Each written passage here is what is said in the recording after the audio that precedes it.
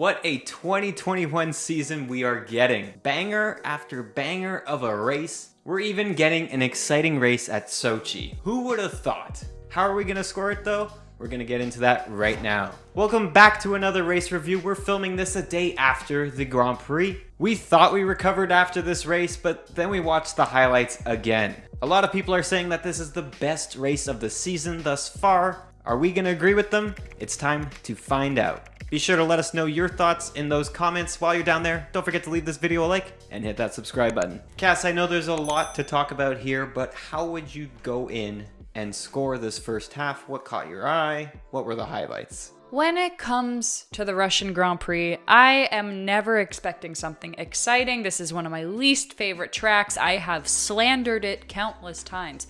But I was pleasantly surprised today. We were in for an exciting race off the first lap. So many overtakes, so many people shuffling positions around. You would initially think that someone got a bad start, but no, turns out they got a great line. It was just all over the place all the time. So my excitement was pretty far up. I had it at an 8 for the first half. As for the racing, I think I gave it the highest score of the season thus far. I put it at a 9. You had the front runners battling. You had the midfield battling. You had the people at the back battling and spinning around. Alonso cut the corner off the first chicane.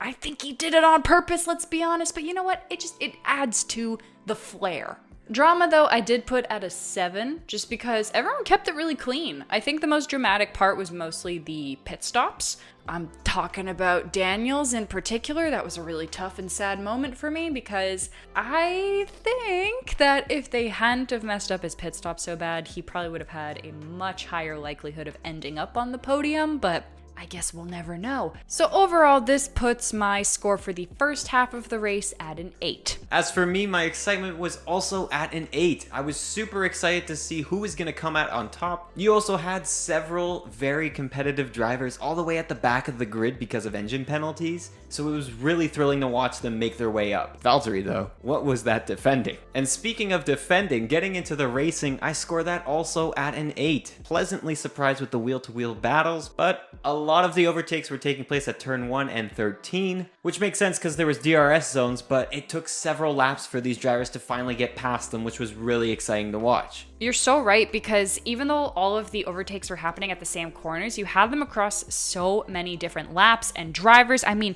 you had Hamilton and Alonso, you had Vettel, Max, Leclerc, you had the battle for the lead between Lando and Carlos, ex-teammates. It was going down. I mean, just even that first lap was so exciting and racy. You had Stroll make an excellent getaway, finding the perfect slipstream right up the middle, and then backtracking it to the score. My drama was at a 6. Similarly to you, most of the drama came from those pit stops and then a few radio messages related to potential rain coming towards the end and the different tire strategies that were coming to play. So when you combine all of my scores together, it comes out to roughly a 7.3. I'll bring that down though to a 7.25. So Cass, lap 26 and onward, we finally see the front runners come in for the pits. A whole lot of chaos to come, and especially those last final 6 laps. It was looking so good until it wasn't.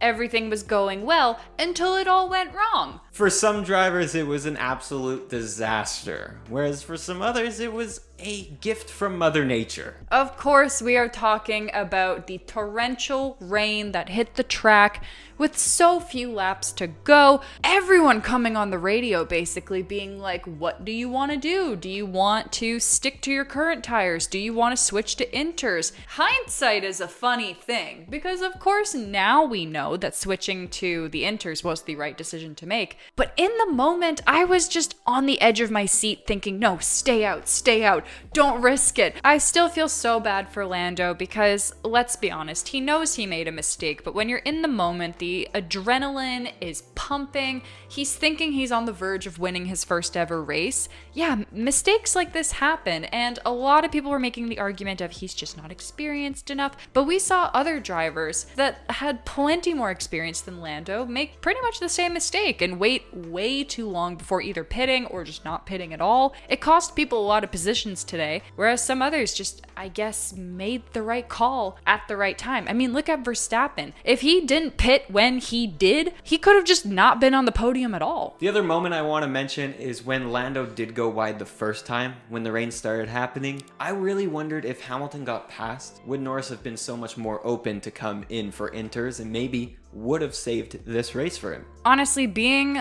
in second was the true advantage in all of this, because when you're in first, it's your job to have to make those tough decisions, whereas when you're in second, yeah, there's still calls to be made, but you have the luxury of just reacting and adapting. Honestly, maybe it'll be a learning lesson for both McLaren and Lando to be a little bit more firm on these type of scenarios going forward. I mean, ultimately, the team does have more information about the weather and the data. Lando can only judge based on what he's seeing right there in present moment. But whose heartbreak is worse? George at Sakhir or Norris at Sochi? I would say George. Lando was the one yelling, no, I don't want to go on inters. I was gonna say, George lost the lead through no fault of his own twice on a team that was not his own, in a car that did not fit him, that he drove brilliantly in.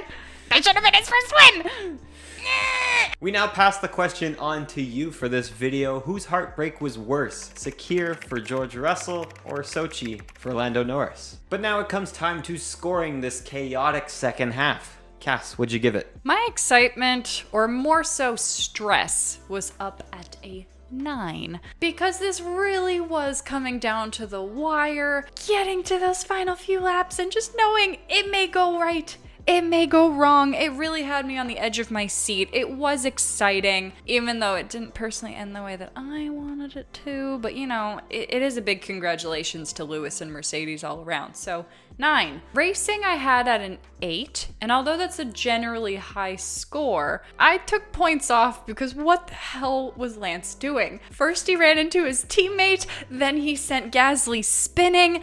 Everyone was just seemingly losing control in the wet. Like, it wasn't pretty, let's be honest. It was exciting wheel-to-wheel racing, but it wasn't pretty, so I couldn't give it full marks. And then drama, you already know. 10. Of course it was a 10. We've had so many dramatic races this season, I can't keep up, but that was a 10. You watched it, you agree. Yes, okay. So that brings my overall score for the second half at a 9. Well, for me, the second half would have to be some of the highest scores I've ever given. On my excitement level, I was also up at a 9, like you. Hamilton was pushing the pressure on Norris, dwindling those gaps down. They were battling lap after lap. There was action even happening back in the midfield. I was stressed. I didn't know who was gonna win. In terms of the racing, I do understand the points why you deducted some marks, but I scored this a 9.5. Very impressed with what I was seeing. Even when it was raining, we saw some exciting wheel-to-wheel battles. I'm talking about Perez, Leclerc, Alonso, switching places constantly. And then also in those 6 laps, you just had people miraculously come out of the bottom 10 and finish off with some points. And in terms of the drama, perfect 10 like you had. So when you combine all of my scores together, it comes out to a 9.5 for this second half. So when you combine all of our scores together,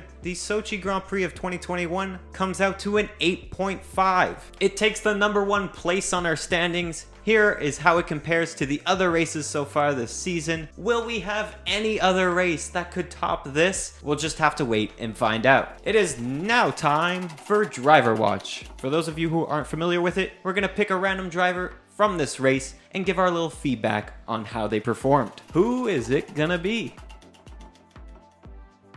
Charles Leclerc. Hey, there you go. Charles started with an engine penalty, of course, and made up the most places on that first lap. I think he made it all the way up to 12th or 11th. And then his race was just kind of all over the place from there. He started his strategy off on the hard compound tire. He ended up even at one point being in 3rd place in this race until he pitted, of course, but he was making really good gains from where he started until that rain hit. Charles went spinning. He was pretty close with Perez and Alonso, like we mentioned, so he got involved with a lot of wheel-to-wheel battles. Some great stuff between Vettel and him. It's just a shame that he managed to finish 15th despite making such good progress. It's been so interesting watching the 2 Ferrari drivers week in and week out, because I think a lot of people expected Charles to kind of dominate, do significantly better than Carlos this season, but that hasn't really been the case. Carlos is an incredibly underrated driver. We're actually going to delve into that in our next video, so stay tuned and watch the channel for more updates. So be sure to hit that subscribe button so you don't miss out on any future videos and the race reviews to come later on in this year.